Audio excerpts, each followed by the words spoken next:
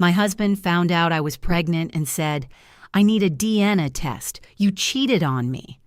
I answered only, "Of course." While he waited for the results, I had already met with a lawyer. When the test showed the result, the room went silent. Good day, dear listeners. It's Diana again. I'm glad you're here with me. Please subscribe to my channel and like this video. And also, let me know in the comments which city you're listening from. That way, I can see how far my story has traveled. People always say that you don't see the cracks until the ceiling falls. I used to believe that. I used to think I was the kind of woman who paid attention, who noticed things. I was wrong. Or maybe I just didn't want to see. My name is Claire Harmon, 34 years old. Marketing director at a mid-sized firm in Columbus, Ohio. I had a house with a wraparound porch, a golden retriever named Biscuit, a husband I had loved since I was 26 years old, and, as of 9 weeks into what I thought was the best year of my life, a baby growing inside me. Daniel and I had been married for 6 years. We met at a mutual friend's barbecue on a humid July afternoon, and he had been charming in that easy, unforced way that some men carry like cologne. He laughed with his whole face. He brought me coffee without being asked. For the first 3 years, I thought I had won some quiet lottery that no one else could see. Then things shifted. Slowly, the way seasons change, not in a single day, but in the accumulated weight of small moments you keep rationalizing away. It started with the phone. Daniel had always been open with his devices. We shared passwords, shared a family calendar, texted each other stupid memes at 2 in the afternoon. But sometime around the fall of our 5th year of marriage, he began taking his phone to the bathroom. He began angling the screen away when I walked into a room. Small things. Dismissible things. I told myself he was planning a surprise. I told myself he was dealing with something at work. I told myself a lot of things. Then came the late nights. Not every night. That would have been too obvious, too easy to confront. Just enough nights to make me feel like I was being dramatic when I mentioned it. "You're always suspicious," he said once, not unkindly, but firmly enough that I felt the edge of something in it. "I'm just tired, Claire. Can we not do this right now?" And I let it go. Because I loved him. Because we had a mortgage and a dog and plans to visit his parents in Michigan for Christmas. Because sometimes love means choosing not to pull on the thread. But the thread kept fraying. His mother, Patricia Harmon, had never been warm to me. She was one of those women who smile with their mouths while their eyes are calculating something else entirely. From the beginning, she had made it subtly, consistently clear that she found me lacking. Too independent, she implied, too career-focused, not the kind of woman who would make Daniel's life easy. She called him 3 times a week, sometimes more. And whenever I walked into the room during one of those calls, his voice would drop half a register, and he would say, "Let me call you back." I noticed, but I filed it away. Then I found out I was pregnant. I want to tell you that it was a joyful discovery, and for the first 48 hours, it was. I sat in the bathroom with the test in my hand, and I cried. The good kind of crying, the kind that comes from somewhere deep and warm. I had wanted this. We had talked about children since before we were engaged. I made an appointment with my OB. I bought a tiny pair of socks with little bears on them and hid them in my nightstand drawer because I wanted to find the right moment to tell him. I made him dinner. Roasted chicken, his favorite. I lit candles. I poured him a glass of wine and held mine in my hand without drinking it. And when he finally looked at me, really looked at me, I told him, "I'm pregnant." He put his fork down. I watched his face go through something I cannot fully name even now. It wasn't joy. It wasn't the shock that softens into happiness. It was something colder, something calculating. And then he leaned back in his chair, and in a voice that was almost frighteningly calm, he said, "I'm going to need a DNA test." "You cheated, Claire. That baby isn't mine." The candles were still burning. The chicken was still warm on the plate. Biscuit was asleep on the kitchen floor, twitching through some dream. I looked at my husband, this man I had given 6 years of my life to, the man who had held my hand through my mother's surgery, the man whose last name I had taken, and something inside me went very, very quiet. Not broken. Quiet. "Of course," I said. Just those 2 words, nothing more. He blinked. I think he expected tears, protests, anger, anything but the stillness that came over me in that moment. He opened his mouth to say something else, but I had already picked up my fork and returned to my dinner. What Daniel did not know, sitting across from me in the candlelight, was that a switch had flipped inside me. Something clean and decisive. He had just made an accusation that could not be unmade. And while he sat there assuming I would spend the next weeks begging for his forgiveness for something I had never done, I was already, quietly, beginning to think. I did not sleep that night. Daniel went to bed around 11, as if nothing had happened, as if he hadn't just accused his pregnant wife of infidelity over a plate of roasted chicken. I heard the mattress creak, heard the familiar sound of him turning onto his left side. Within 20 minutes, he was breathing slowly and evenly in the dark. I sat at the kitchen table with a cup of tea I didn't drink, and I counted. I counted the years, 6 of them, stacked like stones. Some of them good, some of them hollow in ways I was only now fully admitting to myself. I counted the things I had given, the job offer in Seattle I had turned down because Daniel didn't want to leave Columbus, the friendships I had let thin out because we were always doing things as a couple, and couples have their own gravity. The version of myself I had slowly, unconsciously compressed to fit inside someone else's expectations. Then I counted the facts. I had not cheated. That was not a feeling or a defense. It was simply true. The way the floor under my feet was true. I had been faithful every single day of our marriage. The accusation Daniel made across the dinner table was not born from evidence. It was born from something else. And sitting there in the quiet kitchen at midnight, with a child growing inside me, I realized that the question was no longer whether I was guilty of something I hadn't done. The question was, why did he believe, or want to believe, that I had? There is a specific kind of fear that comes not from what might happen to you, but from understanding what is already happening. I felt it that night. It settled into my chest like cold water. But underneath the fear, something else was forming. I had grown up watching my mother navigate a divorce that dismantled her, not because she lacked intelligence, but because she had been unprepared. She had trusted that fairness would take care of itself. It hadn't. I had watched her lose the house, lose years of financial standing, lose her footing in a life she had helped build with her own hands. She came out the other side eventually, but it cost her everything.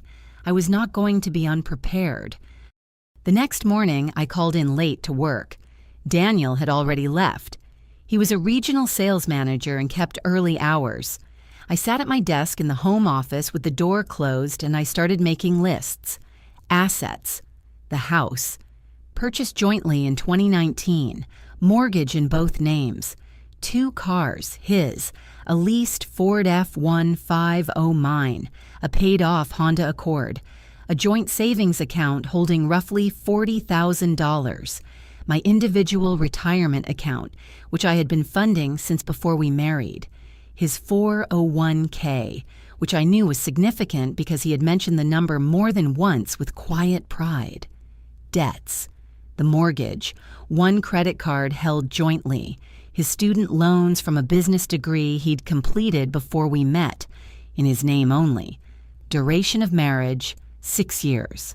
Ohio is an equitable distribution state. That mattered. Then I made a different kind of list.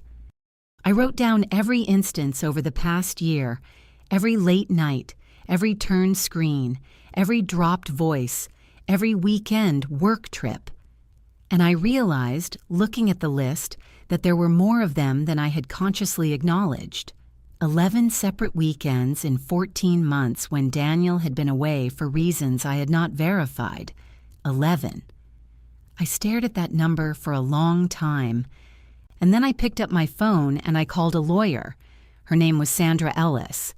I had found her through a colleague who had gone through a divorce 2 years prior and described Sandra as the kind of woman who doesn't waste a single sentence. I liked that description. I needed that kind of person right now. We met 3 days later at her office downtown, a clean, spare space on the 14th floor of a building that smelled like recycled air and quiet competence. Sandra was in her early 50s, with silver hair cut short and the kind of steady eye contact that made you feel like every word you said was being properly filed. I told her everything: the accusation, the dinners away, the phone, Patricia, his mother, and the way she had always circled me like something she intended to correct, the pregnancy, the 2 simple words I had said across the candle-lit table.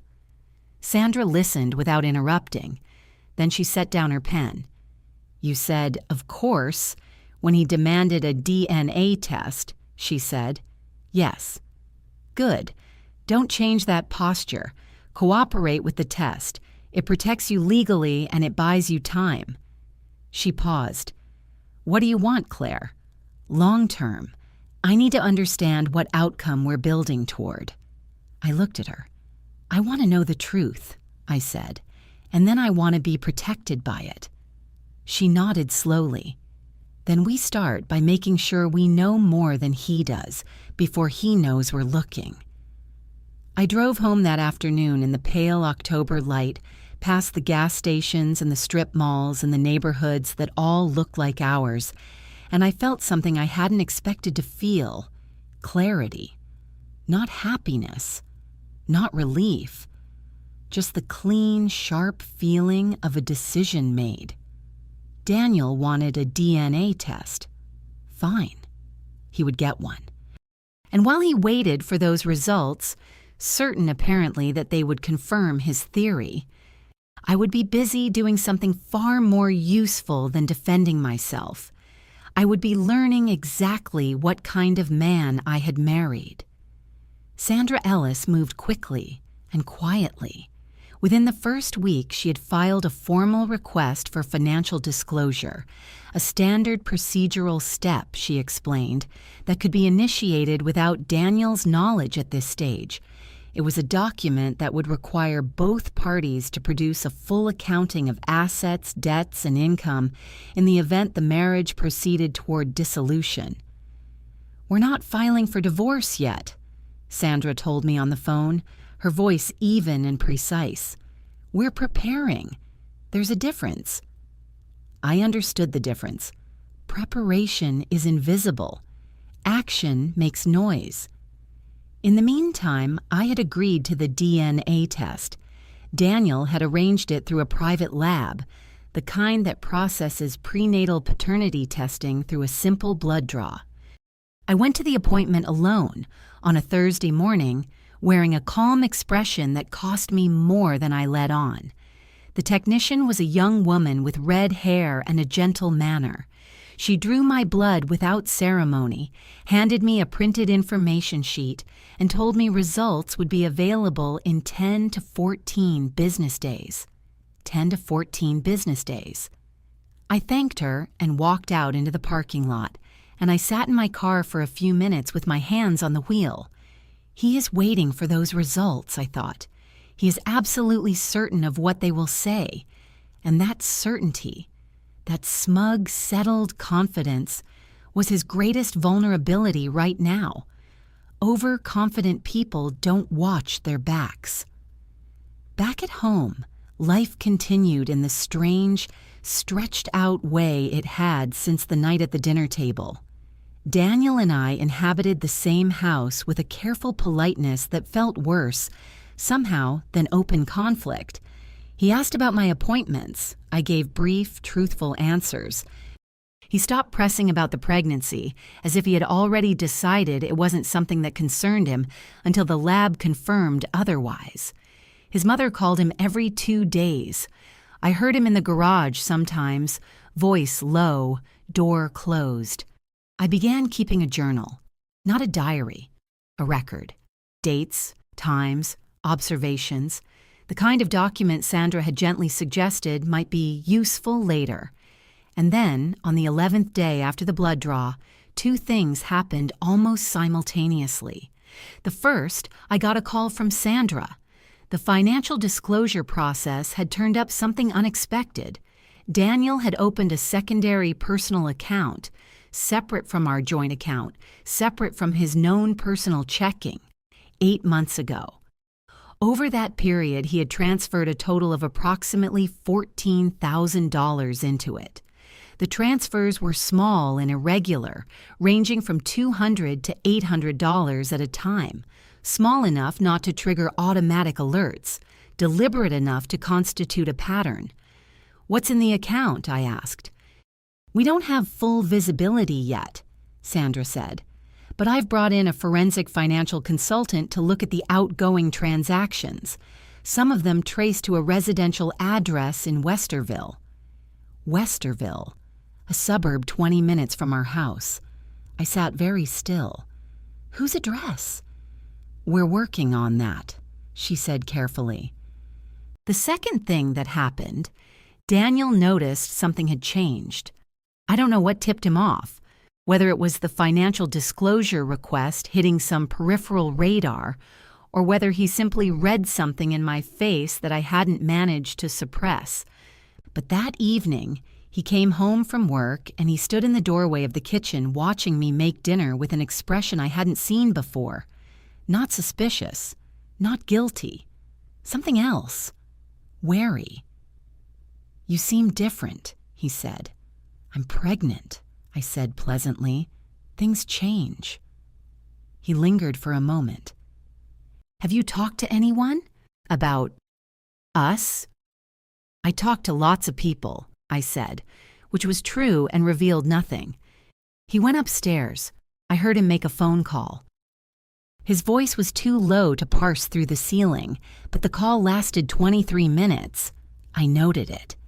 And when he came back down, he was quieter than usual, and he watched me through dinner with an attention that felt newly calculated.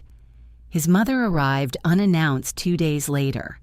Patricia Harmon was a tall woman who wore her hair in a silver chignon and carried herself with the specific confidence of someone who has never genuinely been told no. She appeared at our front door on a Saturday morning with a casserole dish and a smile that didn't quite reach her eyes. "I thought you two could use a home-cooked meal," she said.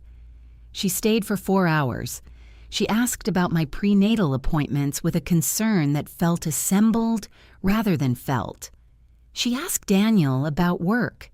She asked me, carefully, almost offhandedly, whether I'd been in touch with anyone about the situation. I told her I was focusing on my health and my pregnancy. She smiled again. When she left, Daniel walked her to her car. They stood outside for 15 minutes talking. I watched from the upstairs window. That evening, Sandra called me back.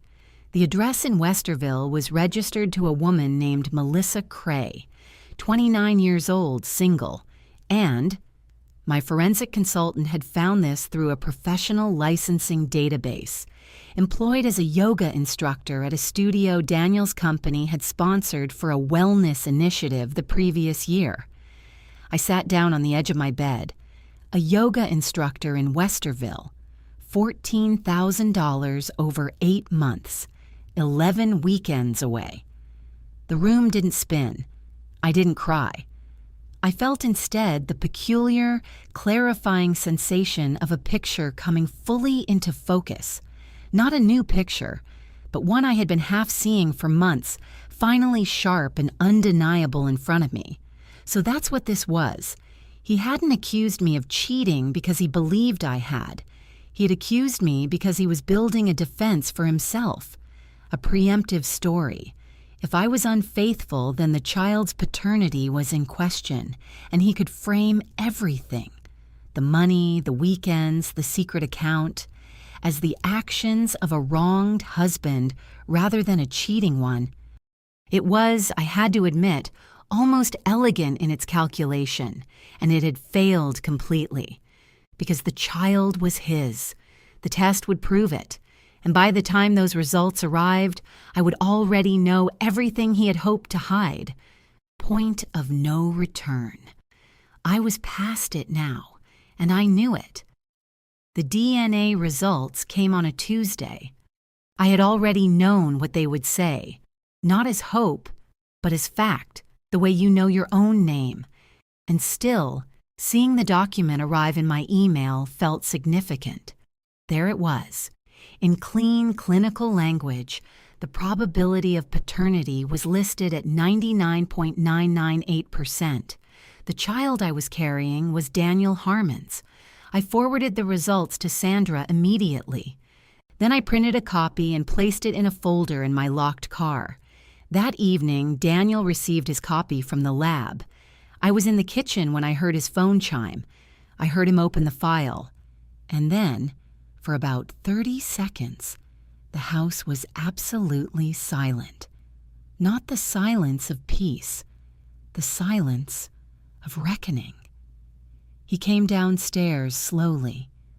He stood in the kitchen doorway, the same doorway where, weeks ago, he had watched me with that newly wary expression.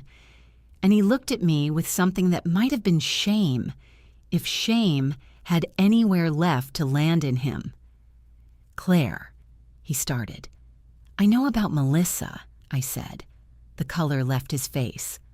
"I know about the account in your name," I continued, keeping my voice level like I was reading from a report. "I know about the $14,000 and the address in Westerville and the 11 weekends. My attorney has documentation." He gripped the counter. "You have an attorney?" "I've had one for 3 weeks." The shift in him was visible, from shame to something harder and more defensive, the way a cornered animal reorganizes itself. "Claire, listen to me. Whatever you think you know, it isn't what it looks like. Melissa she's a friend. It's not what—" "Daniel." I said his name quietly and he stopped. "I'm not asking you to explain. I'm telling you what I know, and I'm telling you that my attorney is already in motion. Any decision you make from this moment will be seen in that context." He stared at me. "You can't do this. You're pregnant. You're being irrational." "The opposite, actually." He left the room.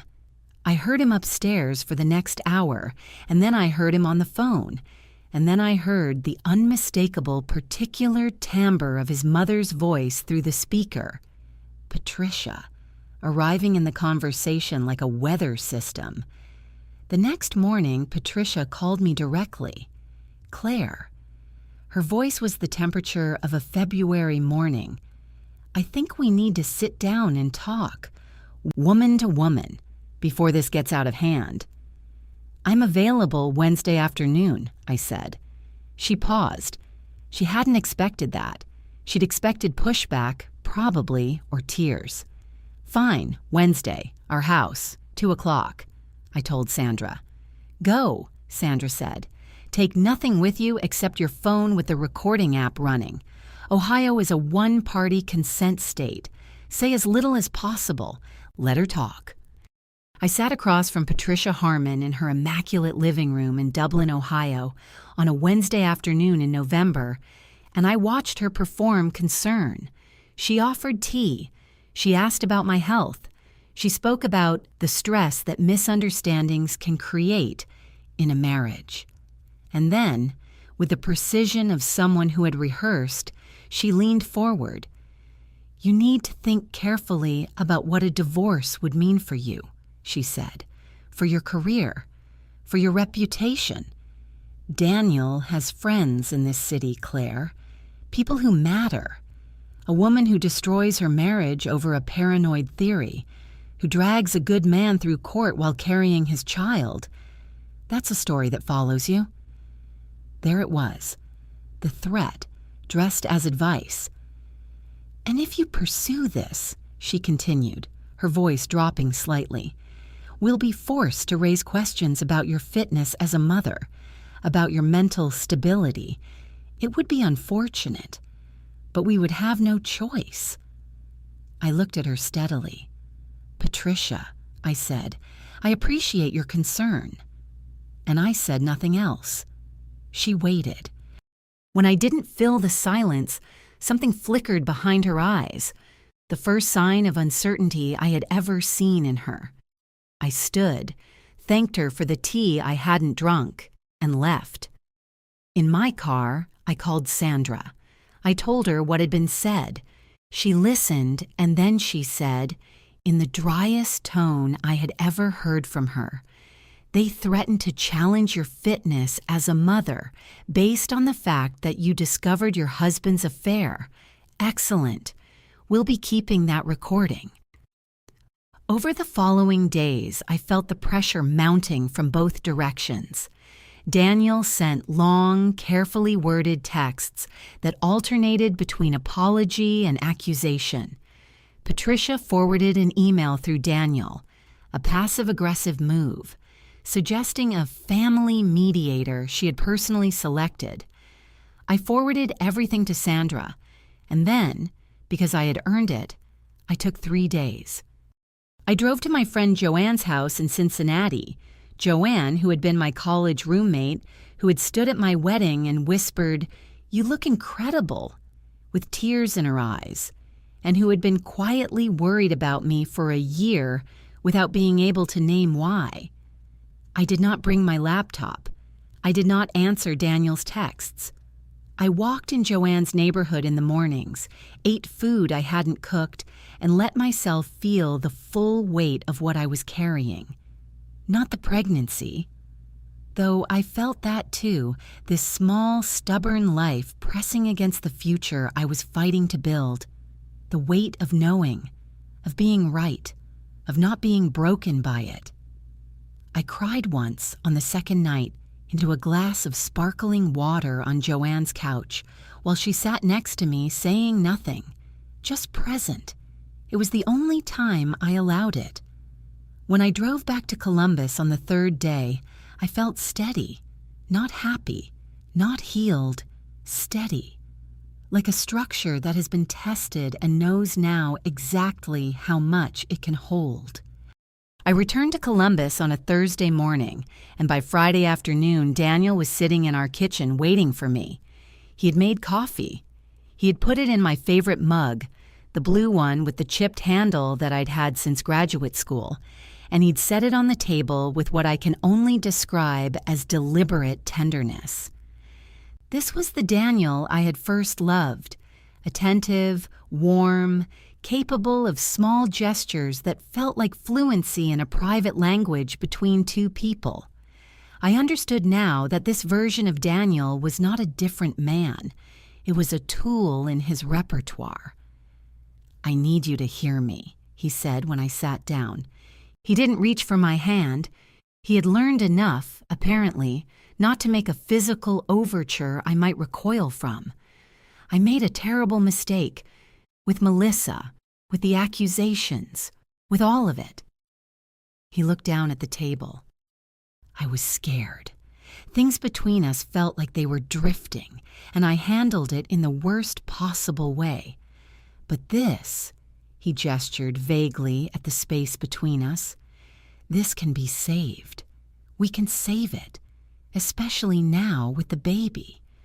The baby. Was that not interesting? The baby, which 2 weeks ago was allegedly not his, was now the emotional anchor he was deploying to keep me in place. The same child, a different use for it. "I hear you," I said. He looked up, hopeful. "I'm not making any decisions today," I added. The hope flickered but held. "That's fair. That's completely fair. I'm not asking for anything immediate." He paused. "I've been thinking about counseling, a therapist, someone neutral." "I'll consider it," I said. He left for work looking cautiously optimistic. I poured the coffee down the sink, not from cruelty, but because I hadn't wanted it, and I called Sandra. "He made the pitch," I told her. "Of course he did," she said. "The DNA result landed. He knows the paternity argument collapsed. He's pivoting to reconciliation because that's the play that protects his assets." She paused. "Claire, I want to be clear. Reconciliation is your choice, not a legal strategy. But if you're asking me what's happening from the other side of the table, he and Patricia will push this angle hard. A reconciled couple divides assets very differently than a divorcing one. I already knew this. What I needed from Sandra wasn't instruction. She'd given me that. What I needed from the people around me was something less tactical and more human, which is why over the next 2 weeks I began, carefully, selectively, letting people in. Joanne already knew the broad strokes. I filled her in on the rest during 2 long phone calls, and she listened with the focused attention of someone taking notes. She asked good questions. She didn't tell me what to do. She said, at the end of the second call, "I will drive to Columbus and help you pack a single bag if you call me, day or night. You know that, right?" I did. Then there was my colleague, Renata, a woman 15 years my senior who had navigated her own divorce a decade back and who, when I asked to have lunch off-site, looked at me across the table at a quiet Italian restaurant and said, "You've got that look. I had that look. Talk to me." She had practical knowledge that supplemented Sandra's legal advice, what it felt like in the body to go through this process, how to manage the professional mask, what to expect emotionally in the months ahead. She talked about what she called the exhaustion of staying calm, the specific drain of maintaining composure while your interior life is a construction site. "It's worth it," she said, pouring olive oil onto her bread plate with a kind of deliberate satisfaction. "The other side of it is genuinely better. I know that sounds like a bumper sticker. I mean it clinically." And then there was my mother. I had hesitated to call her. She was 62, living in Raleigh with my stepfather, and she had been through her own version of this, though hers had unfolded without the tools I was assembling, without Sandra Ellis on speed dial, without the income and professional standing I had built. I worried, calling her, that the conversation would cost her something, that she would feel the weight of her own history in mine. But she surprised me. She listened to the whole story without a single interruption, and when I was done, she was quiet for a moment. Then she said, "Claire, baby, you didn't call to ask my permission, did you?" "No," I said. "Good, because you don't need it. You already know what you're doing." Another pause. "I'm proud of you. I'm so proud of you, I can barely stand it." I had to put the phone down for a minute. What those conversations gave me wasn't strategy. Sandra gave me strategy. What they gave me was ballast, the kind that comes from being seen clearly by people who have no agenda except your well-being. It is extraordinary the difference that makes. When you are fighting a battle that requires you to be composed and calculating, the moments when you can simply be a person who is hurting, those moments do not weaken you. They sustain you. Meanwhile, Daniel and Patricia watched and waited. I could feel it, not paranoia, just awareness. The careful texts, the way Patricia's name appeared in Daniel's call log with increasing frequency. The occasional question from Daniel, lobbed casually, "Have you talked to anyone about seeing that therapist? Are you moving? Are you staying? What are you planning?" I gave him nothing. Let them watch. Let them theorize. Every day they spent wondering was a day I spent knowing, and I had never been more certain of anything in my life. They came on a Sunday. I had not been warned. That was, I realized later, deliberate. A scheduling choice designed to catch me at my most domestic, and therefore, in their calculus, most vulnerable. It was 11 in the morning, and I was at the kitchen table with my laptop and a second cup of decaf when I heard the car pull into the drive. Then the knock. Daniel opened the door before I could reach it. He was already in the house, had been in the house all morning, moving around me with the elaborate courtesy of a man managing optics. And there was Patricia, and beside her, someone I hadn't expected, Daniel's older brother, Marcus. Marcus was a contract attorney in Cleveland. He had always been cordial to me, not warm, not cold, simply civil in that measured way of people who deal professionally in language and therefore spend as little of it as possible in informal settings. Seeing him here, on a Sunday, uninvited, was its own kind of message. "We wanted to come as a family," Patricia said, stepping inside with the assurance of a woman who owns every room she enters, to talk, calmly, about what's best for everyone. They arranged themselves in my living room, Patricia on the sofa, composed, Marcus in the armchair by the window, a leather folder on his knee. Daniel took the seat nearest me, close enough to suggest unity. I sat across from them and waited. Patricia opened the performance with warmth. She talked about family, about legacy, about the child I was carrying and what kind of environment a child deserves. She talked about Daniel's remorse. She did not use the word affair, I noted. She said situation, and about how people who love each other find their way through situations. She talked about what litigation does to people, the cost, the exposure, the years. She was good. I will give her that. If I had been the woman she assumed I was, softer, more frightened, more invested in appearances, it might have landed. Then Marcus spoke. He opened his leather folder.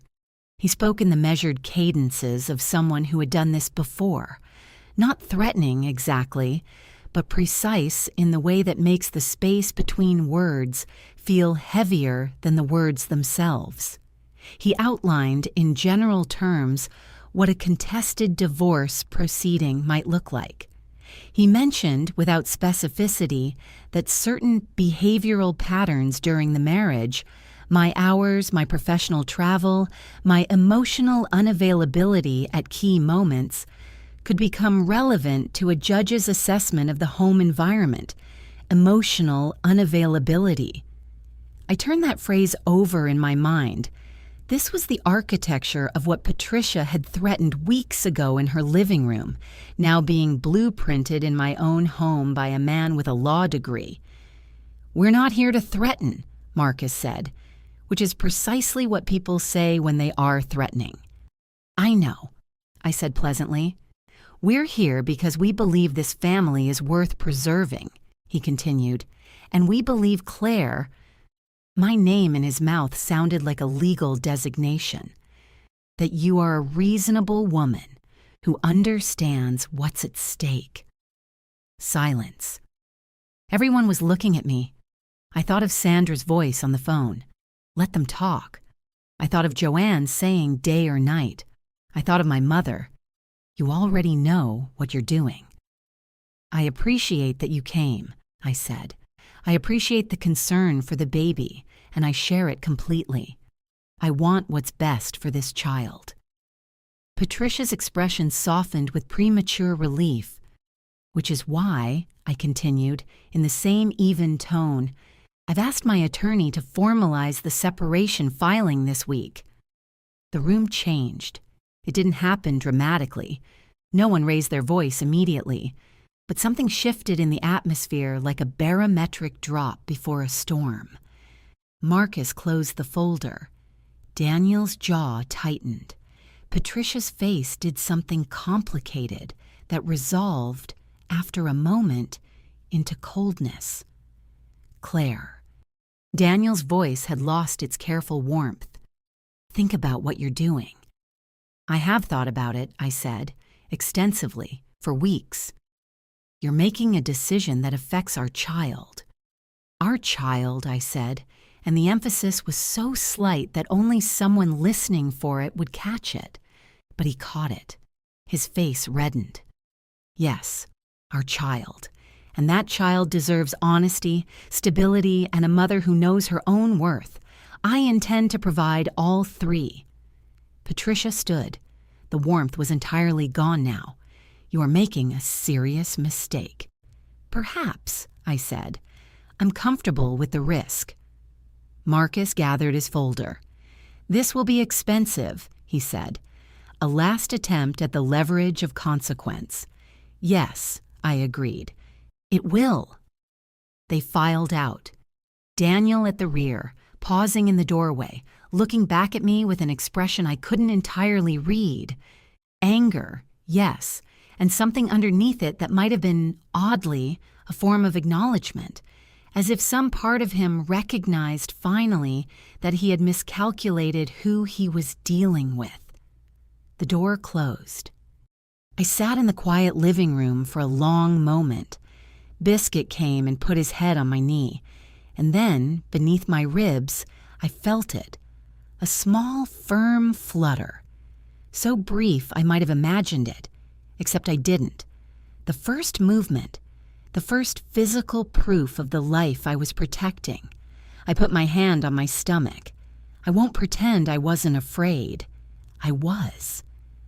The fear came in that evening later, when the adrenaline receded. The fear of what the next months would look like, the hearings and the paperwork and the cost of standing by what I knew was right. A full divorce, a custody arrangement, rebuilding. But the fear, when I examined it, was not the kind that counsels retreat. It was the kind that clarifies. It reminded me exactly what I was protecting and exactly what was at stake. I called Sandra the next morning and told her to proceed. The hearing was scheduled for a Thursday in early February. In Ohio, a formal divorce proceeding with contested asset division requires both parties to appear before a domestic relations judge for a preliminary conference. Sandra had prepared for this moment the way a surgeon prepares for an operation, methodically, completely, with no tolerance for improvisation. The goal today, she told me the morning of, as we walked into the courthouse through February air that cut like a blade, is not drama, it's documentation. Let the record speak. I wore a navy blazer and low heels. I had slept adequately. I had eaten breakfast. I was calm in the way that feels, from the inside, less like peace and more like bedrock. Something you can stand on precisely because you stopped expecting it to be soft. Daniel arrived with Marcus, who had apparently decided to represent him in a personal capacity rather than just as an advisor. They sat across the wide table in the conference room, Daniel in a charcoal suit, Marcus with his leather folder, which I had now come to think of as a prop. Patricia was not in the building. Family members without legal standing are not admitted to these proceedings, but I had no doubt she was in the parking lot or at home with a phone in her hand, or both. The judge was a woman in her late 50s named Judge Renata Coleman. Not my colleague Renata, I want to be clear, simply the same name, which struck me as a small private coincidence. She had the demeanor of someone who has heard every variation of every story that has ever been told in a room like this, and has not been surprised by any of them in quite some time. The first hour was administrative. Financial disclosures reviewed, asset lists confirmed. The forensic financial consultant's report was entered into the record. $14,000, 8 months, the residential address in Westerville, the transactions mapping to rent payments and utilities, and on 3 occasions, jewelry purchases. Jewelry. I watched Daniel's posture when that detail was read into the record. His shoulders dropped, almost imperceptibly. Marcus leaned in and whispered something. Daniel shook his head, almost imperceptibly. Then came the recording. Sandra had prepared me for this. Ohio's one-party consent law meant the conversation I had recorded in Patricia's living room, the one where she had threatened my fitness as a mother, questioned my mental stability, warned me about Daniel's friends in the city, was entirely admissible. Sandra played it through a small Bluetooth speaker, clean and crisp. Patricia's voice filled the room. A woman who destroys her marriage over a paranoid theory. That's a story that follows you. We would be forced to raise questions about your fitness as a mother. Judge Coleman listened without expression. When the recording ended, she made a note. Marcus attempted a reframe. He argued that the recording was taken out of context, that Patricia had been speaking from a place of concern, not coercion. He pivoted to Daniel's expressed desire for reconciliation, to his remorse, to the pending addition to the family.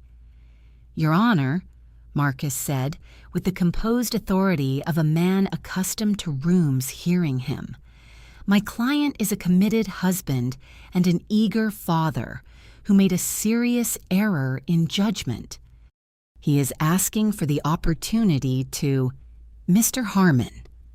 Judge Coleman's voice was not unkind, but it was precise. The record shows a secondary financial account opened 8 months ago, transactions totaling $14,000 directed to a third-party residential address, and a recorded conversation in which threats regarding custody were made to your client's wife before any formal proceedings had been initiated.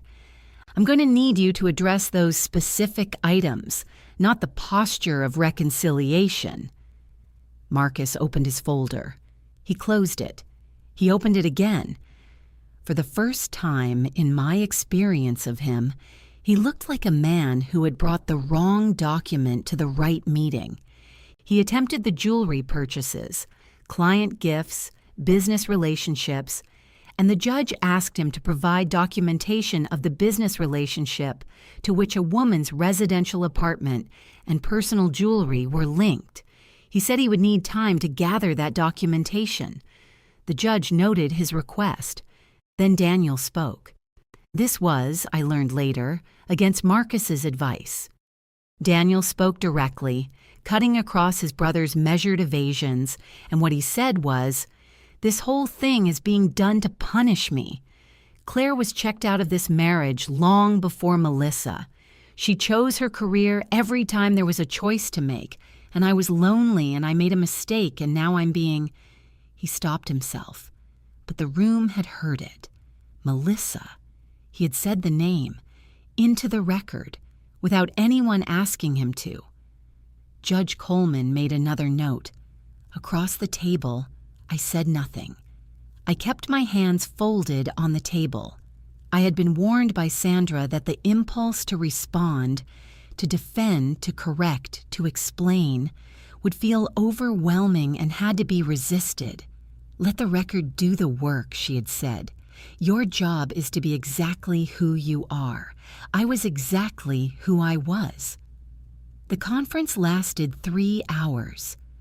By the end, the judge had formally acknowledged the financial disclosures as inadequate, requested supplemental documentation from Daniel's side within 30 days, flagged the recorded conversation as relevant to any future custody discussion, and denied Daniel's attorney's motion to delay the separation filing. We filed out into the courthouse hallway. Daniel walked past me without meeting my eyes. Marcus spoke quietly to him near the elevator. Sandra touched my elbow. "That was a good day," she said, which from her was the equivalent of a standing ovation. I stood in the February light coming through the courthouse windows, and I breathed, slowly and evenly, and I thought, he named her himself. After everything, the planning, the preparation, the patience, he had been his own undoing. Not because I had caught him, because overconfident people don't watch their backs. I had always known that. The divorce was finalized on a Friday in late April, 7 months after the night with the candles and the roasted chicken and the 2 words I had said across a table while everything changed. It did not end with a dramatic confrontation. Real victories rarely do. They end with paperwork and signatures and a judge's stamp and a drive home through ordinary traffic, past ordinary buildings, back to an ordinary life that is, quietly and completely, yours again. But let me tell you what was in the paperwork. Sandra had done her work. The forensic accounting had been thorough, and Marcus's promised documentation of the business relationship with Melissa Cray had not materialized, because there was no business relationship. There was a lease. There was jewelry. There was 8 months of financial support drawn from marital assets, which in Ohio constitutes dissipation of marital property. The $14,000 came back to me, plus interest, factored into the asset division. The marital home was sold. Given its appreciated value since 2019, and given that I had contributed equally to both the down payment and the mortgage, my share of the proceeds was substantial. I had already been pre-approved for a new mortgage. My credit was clean, my income documented, my maternity leave arranged with my employer 6 weeks earlier. Custody was addressed in Ohio's domestic relations framework. Daniel, in recognition of what the alternative would look like, agreed to joint legal custody with primary physical custody assigned to me. He would have parenting time on alternating weekends and 1 evening per week, and would pay child support calculated on both our incomes. Marcus had fought for more. He had attempted the emotional unavailability argument, the professional travel, the long hours, and Sandra dismantled it with the thoroughness of someone who had seen this playbook before. "We have a recording," she said, "of your client's mother explicitly threatening to deploy this exact argument as coercion before any legal proceeding. The court has heard that recording. Do you want to continue?" Marcus looked at Daniel. Daniel said nothing. Marcus moved on. Patricia's involvement was formally noted in the court record to follow that family's legal history in any future proceeding. On the last day, Daniel and I sat in the same room one final time to sign the separation agreement. He looked tired in a way that went past a single bad night, the kind of tired that accumulates when the story you've been telling yourself collapses and you have to begin building a truer one. He had ended things with Melissa, or perhaps she had ended it when the legal exposure became clear. I didn't know, and found I genuinely didn't care. He looked at me once before we signed. "I'm sorry," he said. No caveats, no but, no pivot. "I know," I said. Then I signed and drove home. Home was a rental, a 2-bedroom apartment on the east side of Columbus, high enough that in the mornings I could see the city begin. I had painted the second bedroom sage green and assembled the crib myself over a February weekend with a YouTube tutorial and considerable profanity. Biscuit had supervised from the doorway. My mother had sent a handmade quilt, yellow and white, folded on the rocking chair in the corner. I stood in the doorway of that room on the Friday the divorce was finalized. 7 months of fighting, of staying calm when I wanted to fall apart, of knowing things and waiting for the right moment to use what I knew, of trusting those who deserved it and refusing to be moved by those who didn't.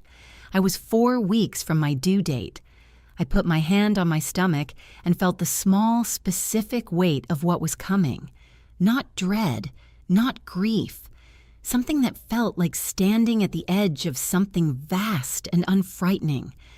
Like arriving somewhere you've been traveling toward for a long time without knowing the destination. This is mine, I thought. All of this. Mine. No one had given it to me. I had built it, in the hardest months of my adult life, with clear eyes and a good attorney and a community of women who knew what it meant to stand in a room where everyone expected you to back down. I hadn't backed down, and the room where it mattered most had gone very, very quiet. My daughter was born on a Tuesday morning in May, 6 days past her due date, in the way of people who arrive on their own schedule and intend to continue doing so. I named her June. June Eleanor Dawson, my maiden name, restored. She was 7 pounds, 4 ounces, with dark hair and the focused expression of someone adjusting to the astonishing fact of existence. My mother flew in from Raleigh. Joanne drove from Cincinnati with enough food for a small village. Renata sent flowers and a note. You did it. Both things. I lay in the hospital bed that evening with June asleep on my chest, small and warm, breathing with the whole body rhythm of someone who hasn't yet learned to be self-conscious. I had never felt so certain of anything as I felt of that moment. The months that followed were hard in all the ways early motherhood is hard. Sleeplessness, learning, recalibration, but purposefully hard, with direction. I returned to work after 4 months. I bought a house the following spring. 3 bedrooms, a yard for biscuit, a farmer's market on Saturday mornings. My signature, my name, my house. June took her first steps on that living room floor. Her first word was dog. Daniel kept to the custody arrangement. He showed up on his weekends. What happened with Melissa, I neither knew nor sought to know. She had left Westerville shortly after the divorce became public. Patricia was quieter now. The recorded conversation had traveled through attorneys and mutual acquaintances in ways I had not engineered and did not regret. She resigned from a charitable board she'd served on for a decade. One clear March morning, driving home from daycare drop-off, I caught myself smiling at nothing in particular, just the road, the morning, the ordinary, irreplaceable fact of a life entirely mine. I thought of the candles, the 2 words across the table. He had heard surrender. I had meant watch, and I had been right.